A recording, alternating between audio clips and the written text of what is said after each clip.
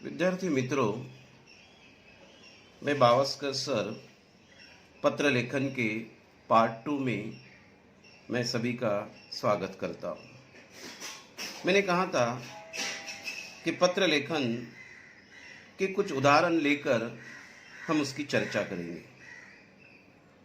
पत्र लेखन के पहले हिस्से में पत्र लेखन के 2 प्रकार, उसमें से हमने पहला शुरू किया था औपचारिक पत्र। औपचारिक पत्र का एक ढांचा कैसे होता है इसकी जानकारी मैंने आपको दी थी। अभी कुछ उदाहरण मैं लिखता हूँ, उसकी हम चर्चा करेंगे। अभी पत्र लेखन निम्नलिखित संजाल के आधार पर पत्र का प्रारूप तैयार कीजिए।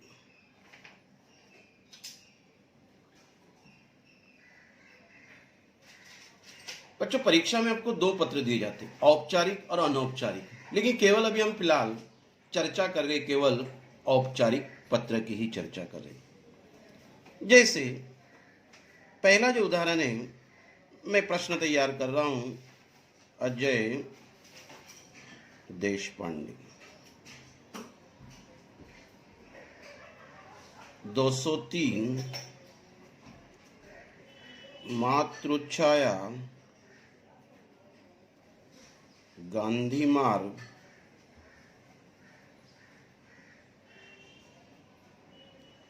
जलगांव।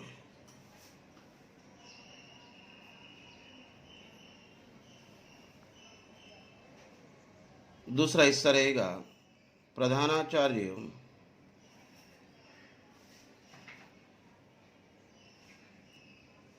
शारदा विद्यालय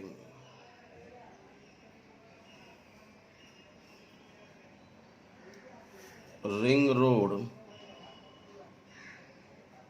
जलगांव।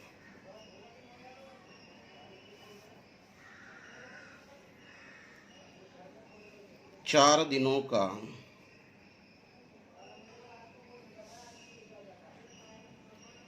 अवकाश पाने हेतु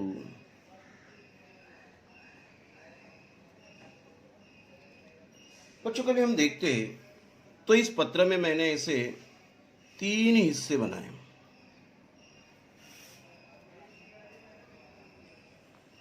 ये बन गया मेरा एक प्रश्न,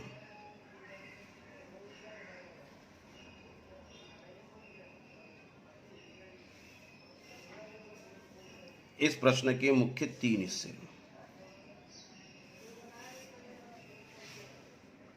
परीक्षा में आपको ऐसा प्रश्न आ सकता है, वो उदाहरण के तौर पर हम देख रहे हैं। तो ये बन गया आपका प्रश्न।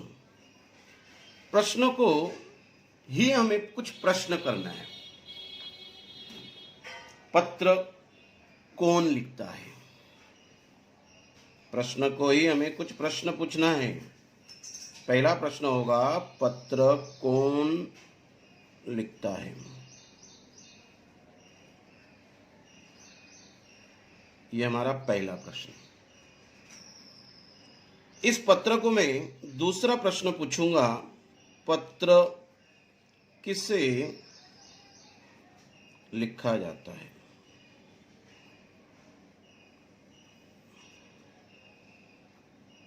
यह मेरा दूसरा प्रश्न। इस प्रश्न को मैं तीसरा प्रश्न पूछूंगा, पत्र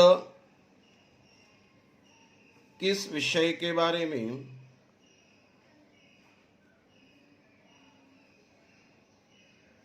लिखा जाता है?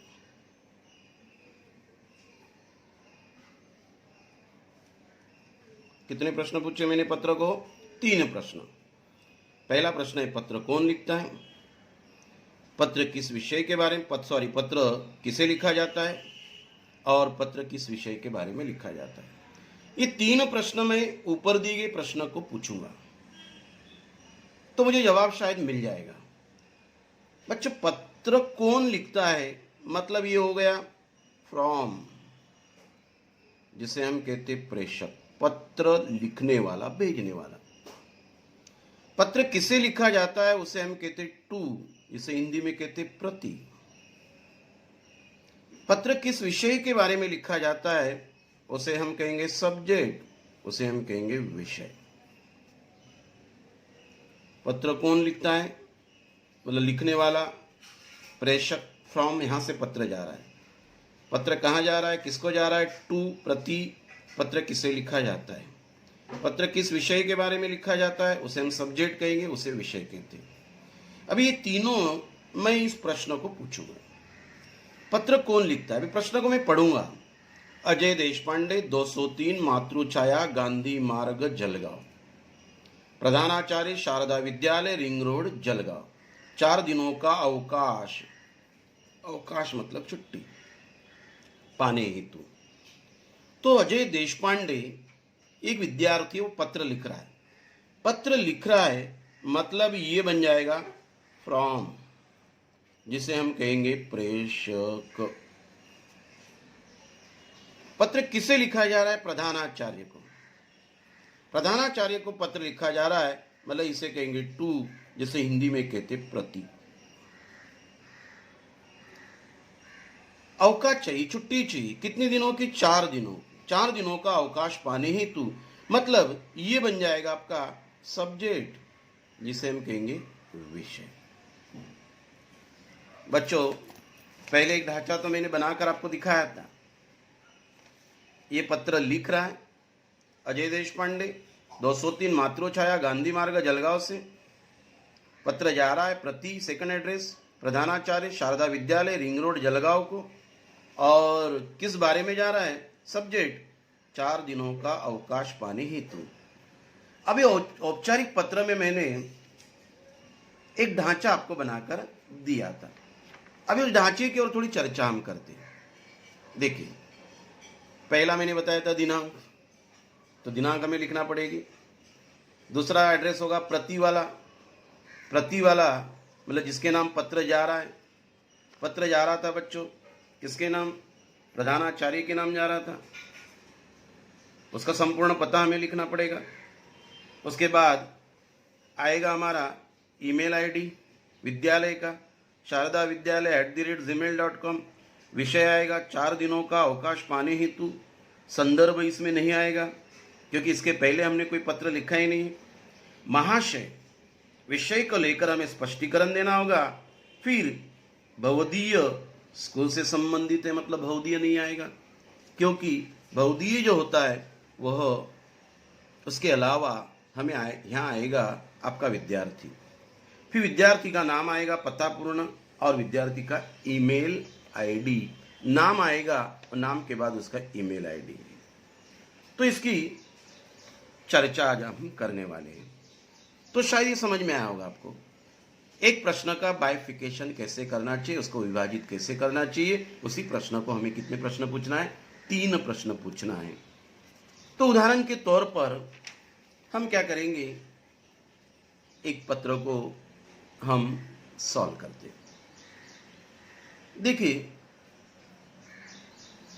पत्र लेखन,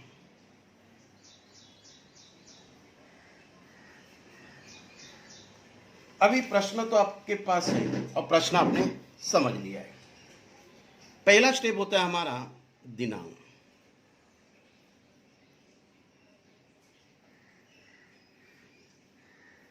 दिनांक मैंने कंप्लीट कर लिया। अक्सर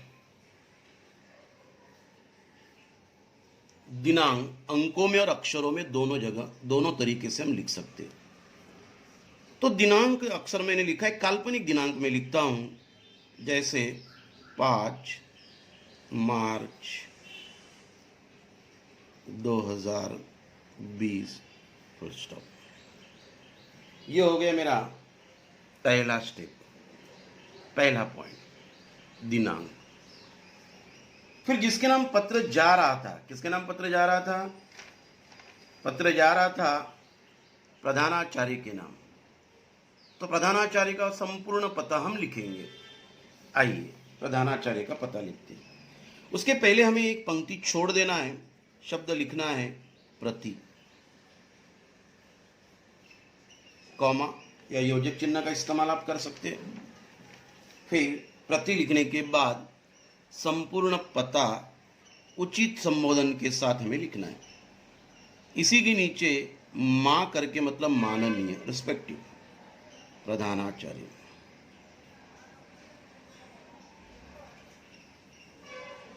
कहाँ के प्रधानाचार्य है पता अपूर्ण है, इसीलिए मैंने क्या किया, वहां कॉमा डाल दिया। फिर हमें लिखना है स्कूल का नाम, शारदा विद्यालय।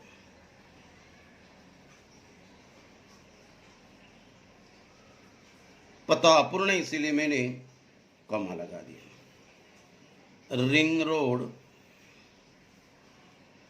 जलगांव।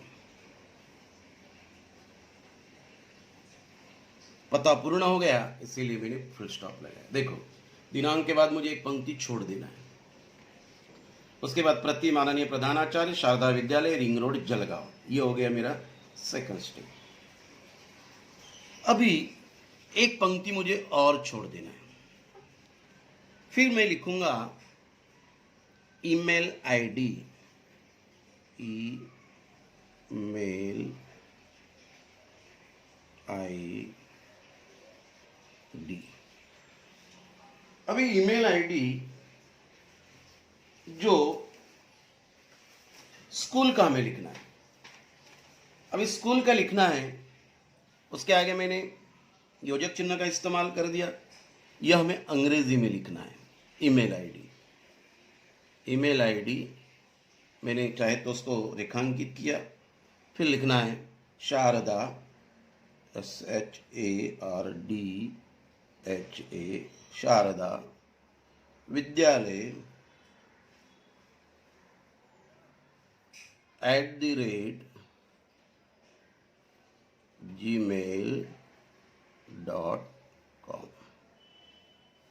ये बन गया मेरा तीसरा हिस्सा।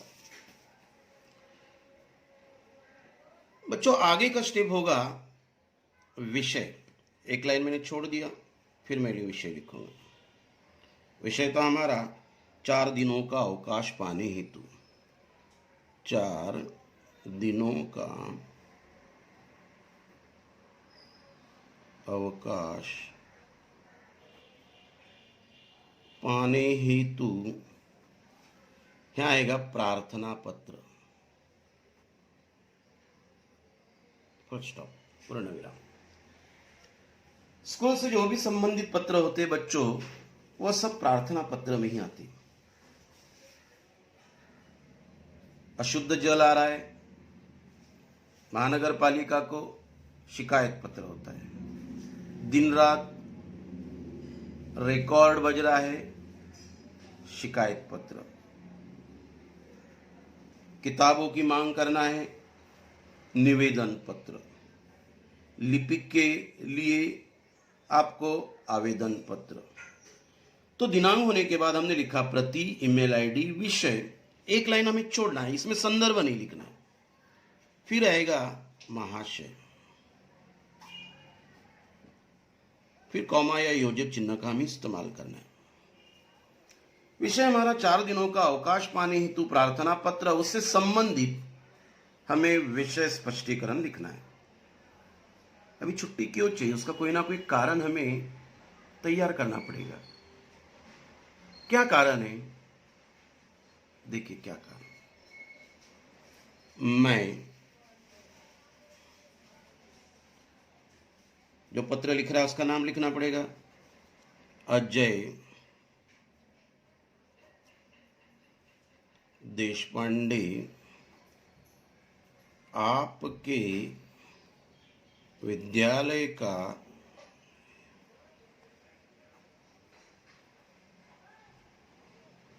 कक्षा 10वीं में पढ़ने वाला छात्र हूँ। मेरा क्रमांक 25 है। परिचित करना है बच्चों। परिचित करते वक्त लाइन छोड़ देना है, लेकिन जगह नहीं छोड़ना है। कारण लिखना है हमें। मेरी बड़ी बहन को एक नाम हमें लिखना है, राधा। इसका विवाह, विवाह यानी शादी, 7 मार्च को संपन्न यानी पूरा हो रहा है। भाई होने के नाते मुझे इस विवाह में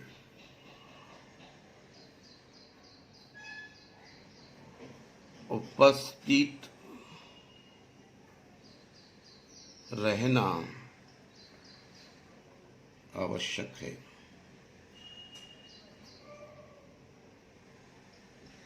इसलिए मुझे दिनांक 6 मार्च 2020 से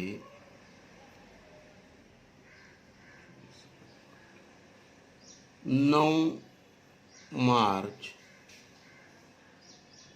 2020 इन 4 दिनों का अवकाश चाहिए।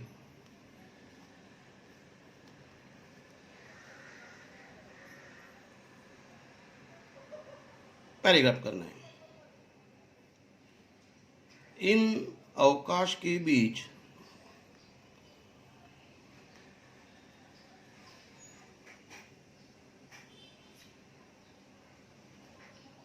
रहने वाला मेरा अधूरा अध्ययन मैं पूरा करूंगा। नीचे की पंक्ति में लिखना है, कष्ट के लिए क्षमा। ये हो गया हमारा स्पष्टीकरण। स्पष्टीकरण में क्या लिखा है बच्चों?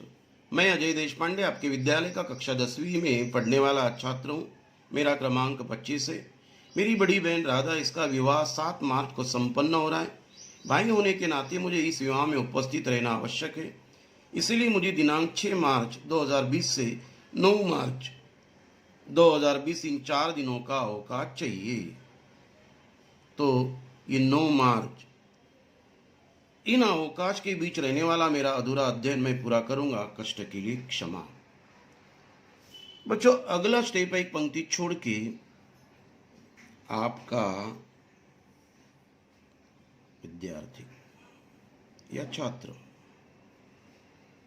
कॉमा अजय देशपांडे,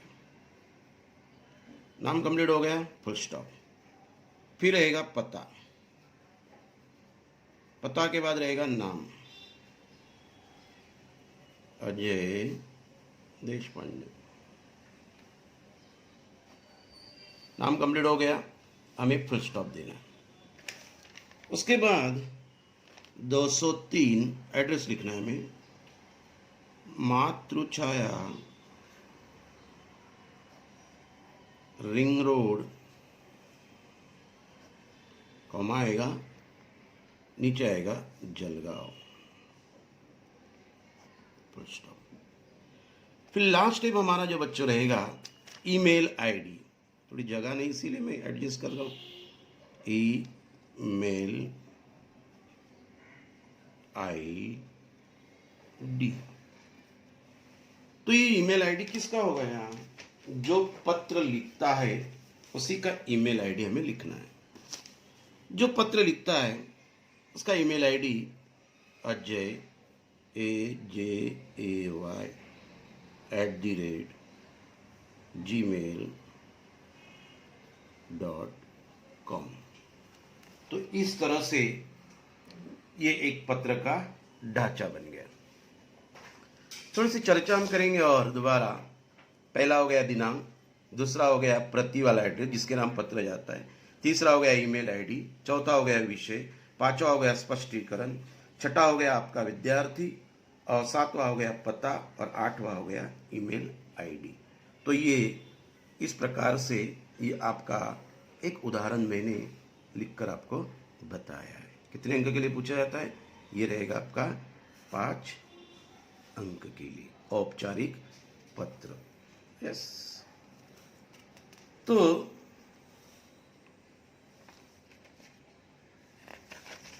बच्चों कुछ आपको होमवर्क के तौर पर मैं आपको कुछ पत्र लिखने के लिए आपको देता हूं। आपके टेक्स्ट बुक्स को कभी आप देखते हैं तो इस टेक्स्ट बुक्स में कुछ उदाहरण दिए गए। उस उदाहरण में से एक उदाहरण मैं आपको अपने होमवर्क के तौर पर देना चाहता हूं। वो कैसे रहेगा, वो प्रश्न क्या है, वो मैं यहां लिखकर आपको बताता हूं। देखिए, पहला रहेगा प्रश्न, फहाद ऑब्लिक करके फातिमा शेख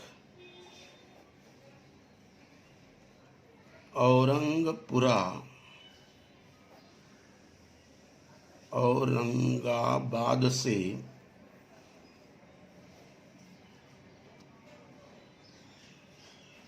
प्रधानाचार्य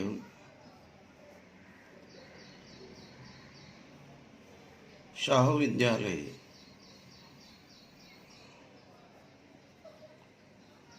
गांधी मार्ग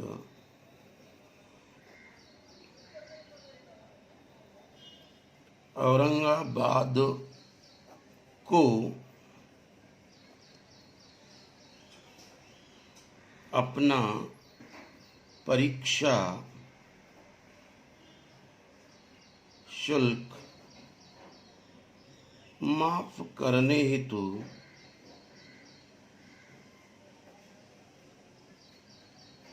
पत्र लिखता ऑब्लिक करके लिखती है।